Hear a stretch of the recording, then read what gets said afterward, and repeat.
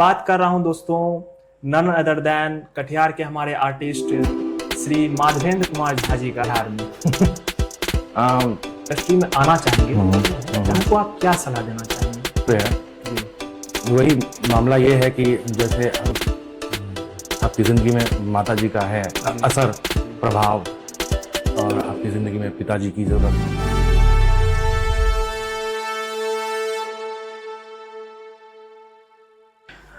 नमस्कार दोस्तों, मैं कुमार सत्यम और आप देख रहे हैं मैं बिहार हूँ का पॉडकास्ट सीरीज।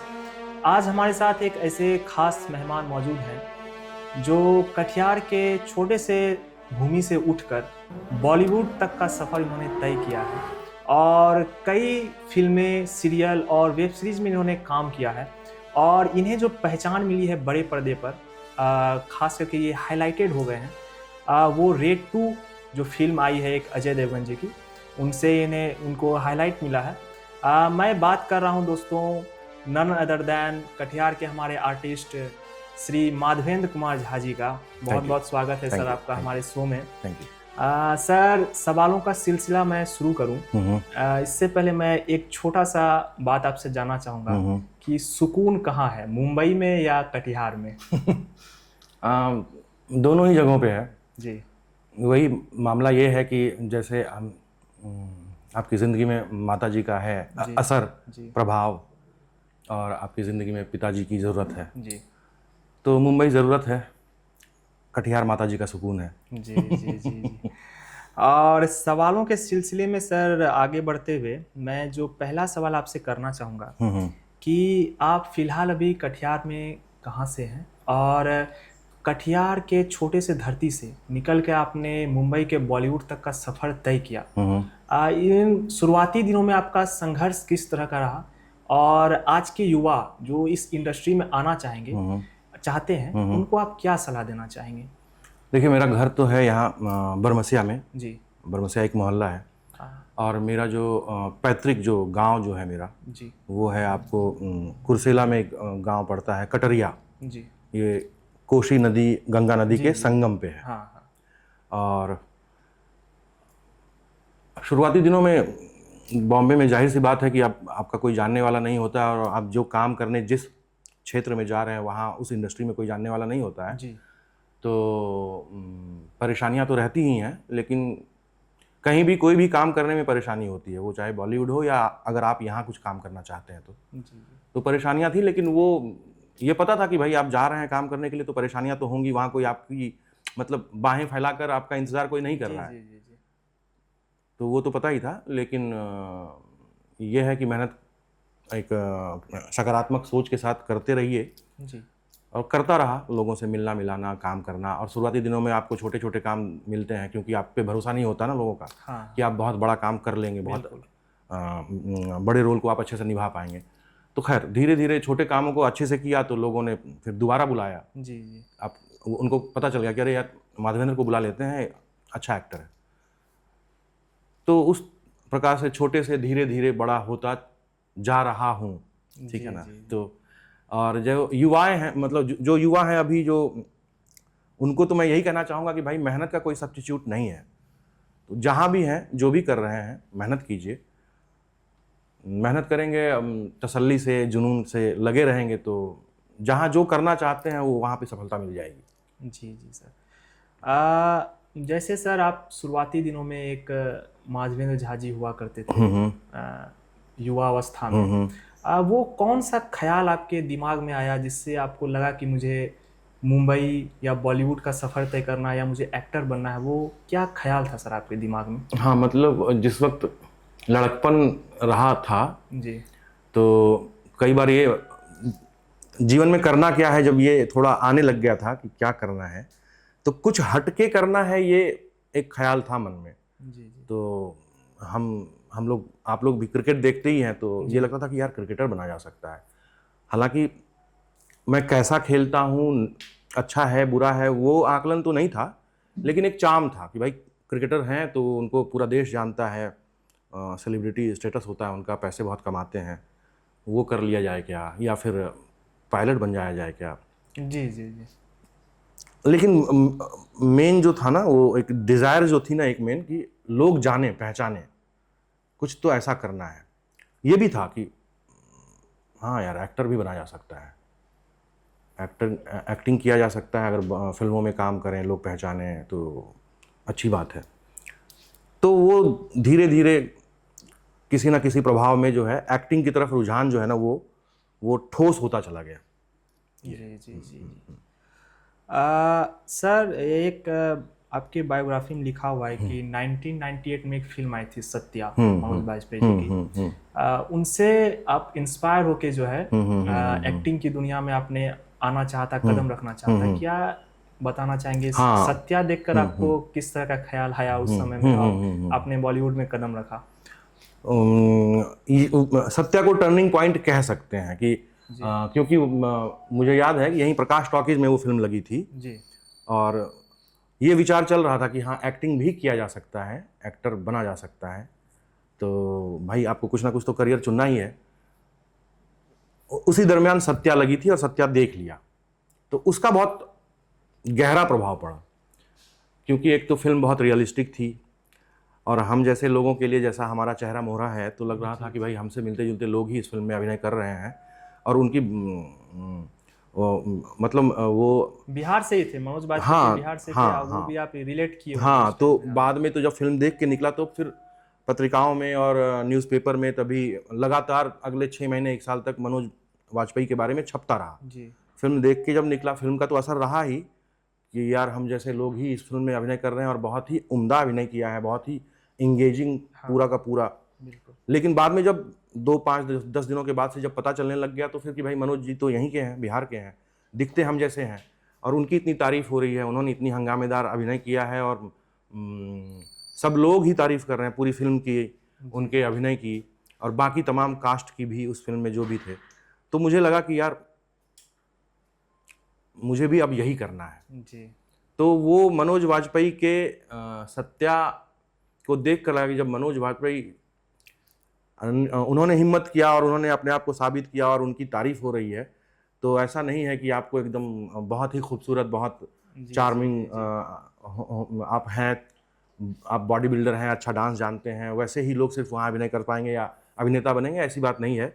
हम जैसे लोग भी बन सकते हैं जी। तो फिर वो हो गया कि नहीं, अब मुझको अभिनेता ही बनना है।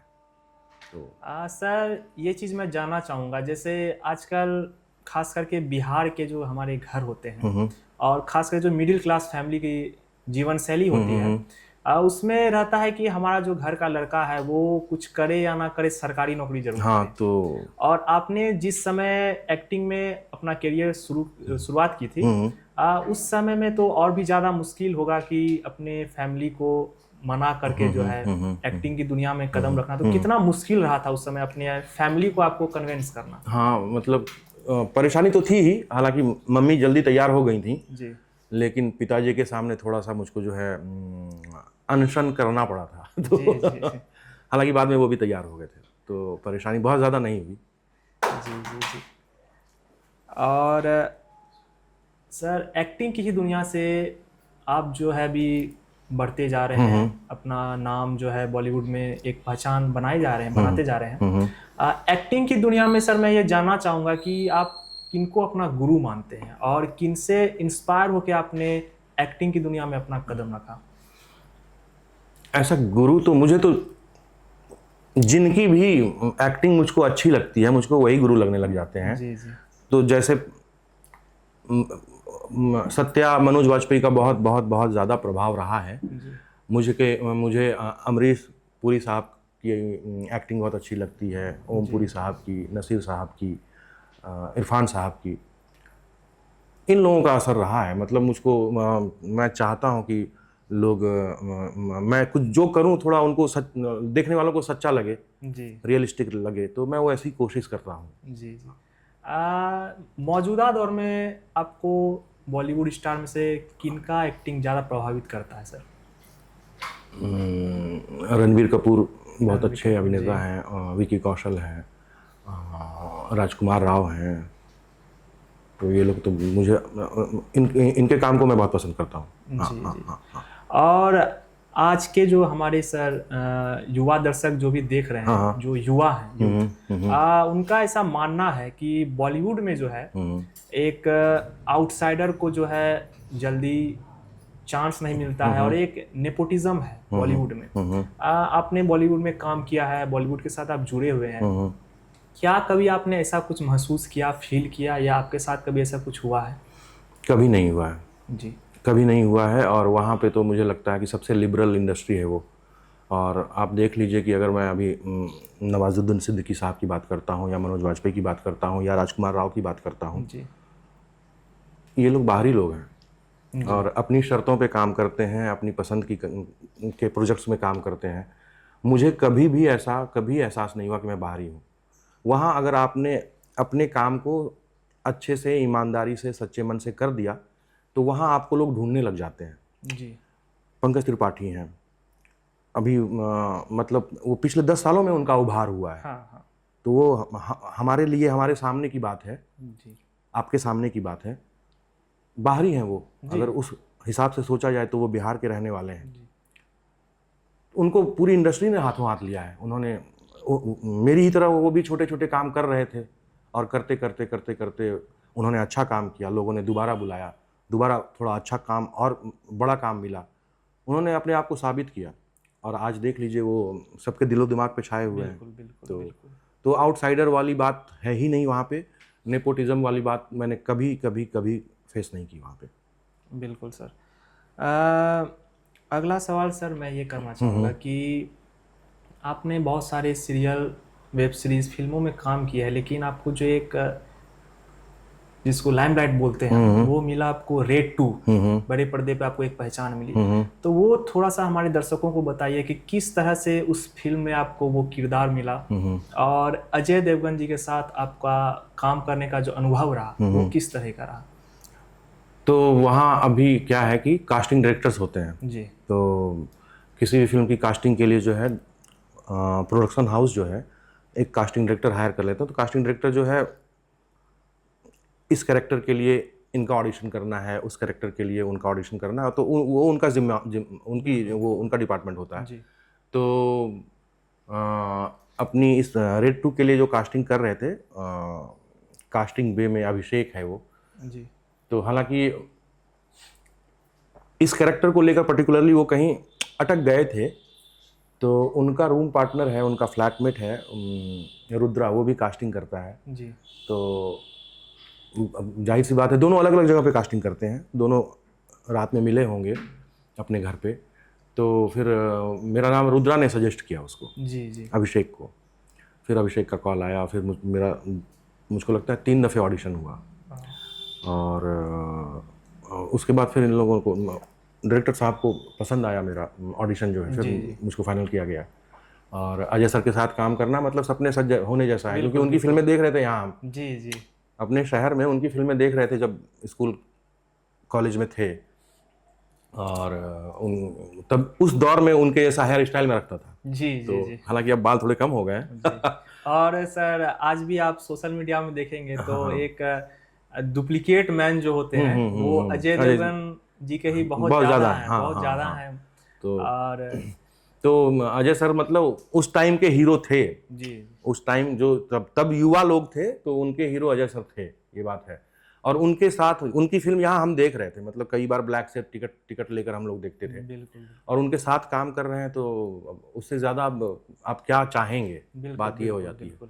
और इतने बड़े सुपरस्टार हैं और इतने सालों से सुपरस्टार हैं, बहुत बड़े अभिनेता हैं वो, बहुत बड़े कलाकार हैं। तो उनके साथ काम करके हर कदम पे कुछ ना कुछ सीखने को मिला। अच्छा सर, मैं ये जानना चाहूँगा कि अगर आपको थोड़ा अगर याद हो तो आपकी पहली फिल्म कौन सी थी जिसमें आपने काम किया और किस तरह से वो काम आपको मिला था? क्योंकि जब हमें कोई पहला काम मिलता है तो काफ़ी संघर्ष के बाद, काफ़ी मुश्किलों के बाद मिलता है और उस काम को करने का हमें बहुत ज़्यादा खुशी मिलती है। तो वो जो आपका पहला काम था, पहला फिल्म थी आपकी, वो किस तरह से आपको मिली और उसमें आपका काम करने का अनुभव कैसा रहा? पहली शूटिंग मेरी थी एक टीवी DD1 पे टीवी सीरियल आता था, बैरिस्टर रॉय जी। तो मुझको लगता है कि किसी कॉमन फ्रेंड ने बताया था कि वहाँ कास्टिंग हो रही है, तो मेरी तस्वीर दिखाई गई थी जी जी। कि हाँ मतलब मैंने अभी तक काम नहीं किया और मैं पिछले 6 महीनों से 1 साल से हूँ, ढूंढ रहा हूँ। उस समय में आप बॉम्बे में ही थे? हाँ मैं वही था, मैं जी वही जी। था। तो फिर फोटोग्राफ्स थे, तभी हार्ड कॉपी था, तो पीछे नाम और नंबर लिख के उनको दे दिया कि बताइए ज़रा कहीं कुछ। हाँ हाँ डीडी का कुछ हो रहा है तो मैं दे देता हूँ उन लोगों को, अगर कुछ होगा तो वो लोग बुलाएंगे। तो 1 दिन का काम था और कुछ कंप्यूटर ऑपरेटर का मेरा कैरेक्टर था, तो छोटा सा सीन था। बैरिस्टर रॉय मेरा पहला शूट था और मेरी पहली फिल्म, उसके बाद मैंने पहली फिल्म की थी क्रेजी 4। जी तो क्रेजी 4 मेरी पहली फिल्म थी, उसमें भी इरफान साहब थे, राजपाल सर थे। तो हालांकि मेरा इन दोनों के साथ सीन नहीं था, मेरा सीन था जूही चावला मैम के साथ। जी जी। और मैं 3-4 जन थे हम लोग, और मैं किडनैपर बना था। हम लोग 3-4 जन हम लोगों ने किडनैप किया हुआ था जूही मैम को। जी जी। तो 3-4 दिनों का काम था। तो वो भी किसी ने मुझको बताया कि वो डायरेक्टर हैं, वो बना रहे हैं, मेरे जानने वाले हैं, तो कि भाई आप अपनी तस्वीर दे दीजिए, देखता जी हूँ। जी। तो फिर उस गैंग में मतलब मेरी कास्टिंग हो गई थी।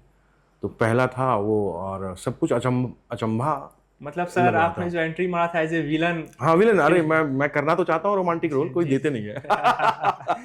बिल्कुल सर, आपको जिस तरह से आप बढ़ रहे हैं आगे, जरूर मैं ये देखना चाहूँगा कि आप एज ए लीड एक्टर किसी में फिल्म में आपकी बहुत जल्द फिल्म आएगी। और देखते हैं। सर लव एंड वॉर एक आपकी, मैंने सुना है कि फिल्म आने वाली है, उसके बारे में अगर आप हमारे दर्शकों को कुछ थोड़ा बताना चाहेंगे तो। संजय लीला भंसाली साहब की फिल्म है, और वही बात है, संजय लीला भंसाली के साथ काम करना मतलब हर अभिनेता का अरमान होता है। जी तो वो तो वही है कि आपके सपने पूरे हो रहे हैं उनके साथ अगर आपने काम कर लिया। सब सब सब चाहते हैं कि उनकी फिल्म में कुछ ना कुछ छोटा सा भी पार्ट मिल जाए। बिल्कुल। तो उनकी फिल्में बड़ी फिल्म है, बहुत बड़े फिल्म निर्माता हैं वो, निर्देशक हैं वो। तो उनकी फिल्म में काम करने का, अभी वो फिल्म की शूटिंग चल ही रही है, अगले साल आएगी। जी उसमें रणबीर कपूर हैं, आलिया भट्ट हैं, उसमें विकी कौशल हैं, और भी तमाम बहुत बड़े बड़े कलाकार हैं उसमें। जी जी और उसमें छोटा सा पार्ट, इंपॉर्टेंट सा पार्ट मैं भी कर रहा हूँ। जी। तो अपने आप को फॉर्चुनेट समझता हूँ कि उनके साथ काम करने का मौका मिला है। बहुत देखते बहुत हैं। शुभकामनाएं है सर थैंक कि यू, आपकी थैंक यू, वो फिल्म आए। शुक्रिया।